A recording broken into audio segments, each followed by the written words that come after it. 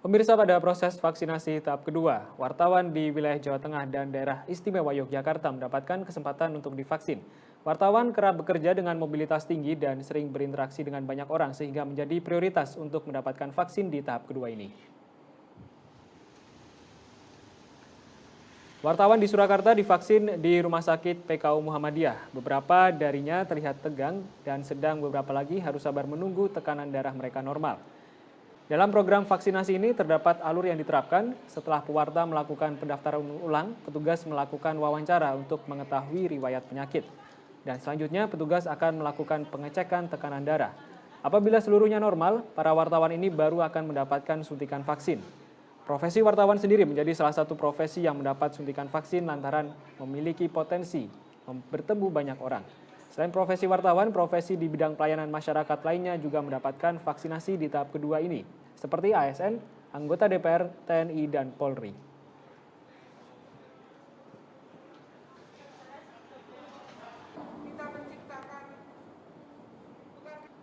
Di Sleman, Pemkab memberikan vaksin COVID-19 kepada 40 orang wartawan. Wartawan dianggap sebagai bagian dari petugas pelayanan publik. Terlebih lagi, wartawan banyak berhubungan dengan banyak orang yang tidak diketahui latar belakang dan kondisi kesehatannya. Hal lain yang mendasari adalah saat ini di Kabupaten Sleman tercatat ada 2 wartawan yang dinyatakan positif COVID-19. Dan vaksinasi kepada wartawan ini diharapkan juga akan memberikan efek karambol yang besar terhadap sisi edukasi kepada masyarakat. Tidak berbeda dengan kelompok lainnya, pemirsa, wartawan yang telah terdaftar harus mendatangi fasilitas layanan kesehatan, kemudian mendaftar dan melakukan screening terlebih dahulu sebelum mendapatkan vaksin.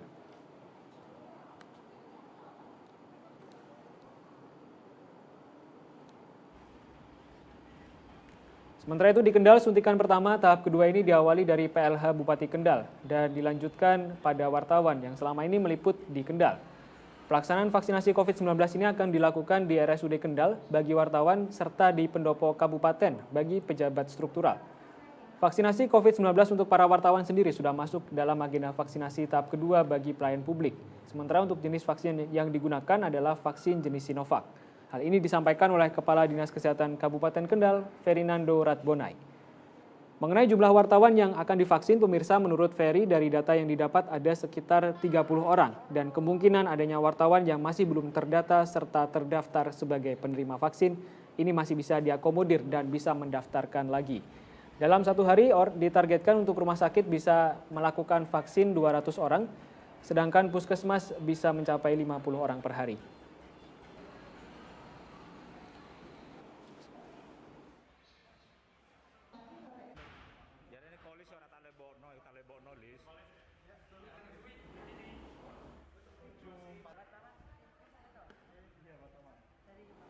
Sementara itu di Pati pada gelombang kedua ini vaksin diperuntukkan bagi ASN, tokoh agama, pedagang, dan masyarakat dengan kelompok rentan terpapar.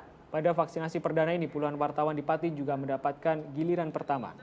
Lantaran informasi pelaksanaan vaksin yang mendadak membuat sejumlah wartawan terlihat panik. Beberapa di antaranya bahkan harus ditenangkan terlebih dahulu antara histeris akan disuntik vaksin. Ketua PWI Pati, M. Nur Effendi, menuturkan vaksinasi yang dilakukan pada masyarakat umum ini dinilai penting guna menekan penyebaran COVID-19, sehingga masyarakat tidak khawatir terhadap pelaksanaan vaksin.